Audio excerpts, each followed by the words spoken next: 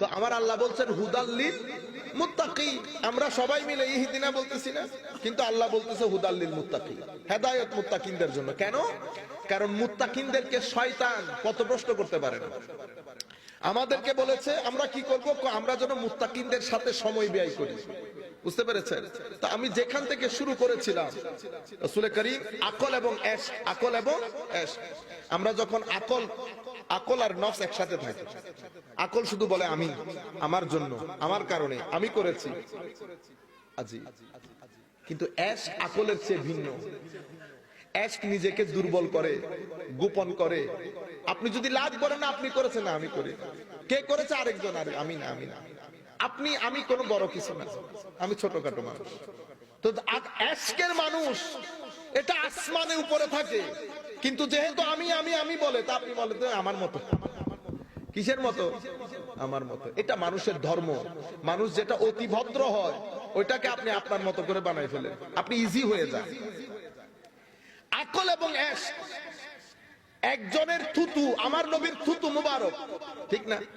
আকল বলতেছে এটা নিও না, এটা থুতু।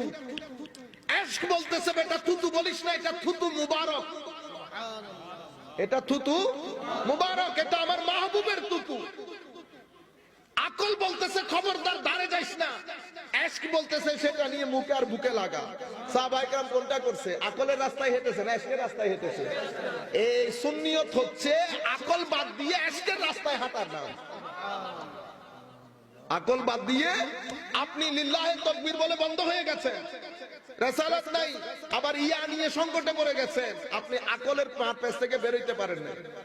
আপনি যদি বলেন হুজুর তো শরীয়তের বিরুদ্ধে হয়ে যায় না, ও ভাই যারা ইয়া রাসূলুল্লাহ বলছে রুয়ে জমিনের মধ্যে, তারা আমার আর আপনার চেয়ে এত বড়, দেখতে গেলে মাথার টুপি পরে যাবে, তারা শরীয়ত আমার চেয়ে আপনার চেয়ে কম বুঝে নাই। আপনার আকল আর নফস মিলে আপনাকে পাগল করে দিয়েছে। এশকের রাস্তায় আসেন, সবকিছু বোঝা যায়, সবকিছু বোঝা যায়। আপনি বলবেন হুজুর আবার এশকের রাস্তায় কে শিখাইলো? ওই সাহাবায়ে কেরাম শিখাইছে। আপনি বলতেছেন আকল বলতেছে চুল, এটা একজনের চুল, উনি আমাদের মতো। এশক বলতেছে খবরদার চুল বলবি না, এটা চুল মুবারক। আকল বলতেছে চুল গায়ে পড়লে ঝগড়া লাগে, এশক বলতেছে চতুর্দিকে তাওয়াফ কর, মাহবুবের চুল যেন নিচে না পড়ে। করেছে না সাহাবায়ে কেরাম? ফাতাফা বিহি আসহাবুহু। আকল বলতেছে এটা ওযুর পানি, ব্যবহৃত পানি, এটা নাপাক, নাজায়েজ শরীয়তের মধ্যে। এশক বলতেছে খবরদার নাজায়েজ বলিস না, এটা আবার মাহবুবের ওযুর পানি, এটা নূরানী নবীর ওযুর পানি। নারে রিসালাত, ইয়া রাসূলুল্লাহ, এই পাক বাঙ্গাতন পবিত্র ইন্দ্রিয়াতুল নবী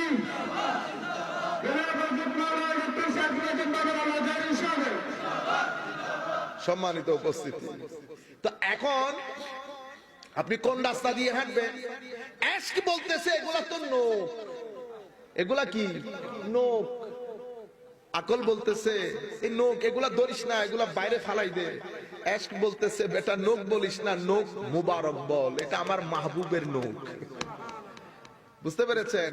আকল বলতেছে ঘাম, ঘাম আশেপাশেও যায় না, এটা পবিত্র জিনিস। এশক বলতেছে ঘাম বলিস না বেটা, এটা ঘাম মুবারক, এটা আমার নবী, আমার জানের ঘাম, আমার জানের ঘাম। আকল বলতেছে দূরে রাখ, এশক বলতেছে আতর হিসেবে ব্যবহার করো। এটাকে সাহাবায়ে কেরামের ঈমান, এটাকে সুন্নিয়ত বলে। এটাকে কি বলে? সুন্নিয়ত।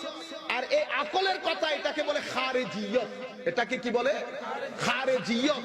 এটাকে বলে আমার নবীর শানে বেয়াদবি, নবীর শানে বেয়াদবি। সেই কারণে ওই যুলখুয়াইসরা যেটা বলেছে সেটা আজকের দিন পর্যন্ত মানুষের মুখে মুখে।